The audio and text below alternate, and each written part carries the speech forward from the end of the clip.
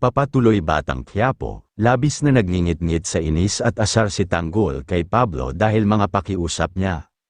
At lagkit ng tingin kay Bubbles, nararamdaman niya kasi na may kakaibang plano ito kay Bubbles, hindi naman. Inaasahan may mga parokyanong gustong pumasok na may mga dalang armas, pero agad napigilan ni Tanggol. Mga yon mabilis namang lumapit si Pablo kay Tanggol, imbis na matuwa, pagalit pa itong nagsalita. At nagbanta kay Tanggol, pasensya na po pero Tanggol. Pasensya na po pero bawal ho dito yung mga illegal na gamit eh. Hoy, Tanggol, tigilan mo na yung pag-aangas mo. Ginagawa ko lang ang trabaho ko. Bakit? Kaya ka nagpapasikat. Hey, Bubbles! malibantang ang magaling kita, samantalang mataas na naman ang tensyon sa bahay ni Inats. Pinapaamin kasi ni Marite si Lena na hindi totoo na tinulak siya ni Tanggol, kaya naman muling tumanggi si Lena sa maraming pagkakataon.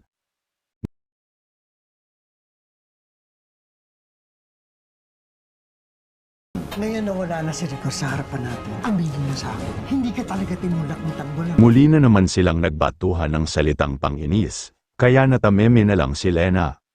Mga katagang binigkas ni Marite, muling nakapunto si Marite sa mga oras iyon. Lahat kayo talagang pinapalabas sa sinungaling. Oo, dahil lang sinungaling, kapatid magnanakaw. Ayaw magnanakaw. Magnanakaw ka ng asawa.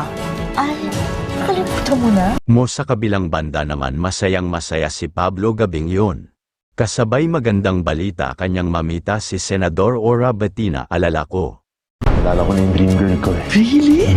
Bakit hindi mo siya dalhin dito nang makilala ko? Daan at pauwi naman sina Tanggol, patuloy pa rin mainit ang ulo asar. Si Tanggol mga nangyari kanina, kaya naman kay Bubbles niya. Ibunto ng lahat nararamdaman niya, kaya galit at nagtatampo na.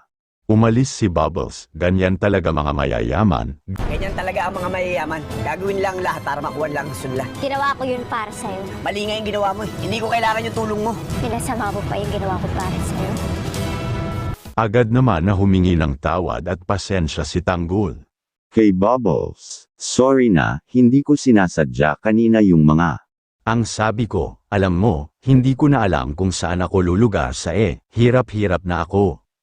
Bigla namang dumating si Frida at sumingit pag-uusap ni Tanggol na nagpakilig naman kay Bubbles. Pasensya ka naman, alam mo naman kung paano kita pinatekyonan Oy, tama na, huwag kayong mag-away. Diyan talaga pag may nararamdaman sa isa't isa, anota naman mahal yung isa't isa inyo pang aminin. Kaya habang nasa kwarto si Bubbles, sobrang kinilig siya mga nangyari kanina.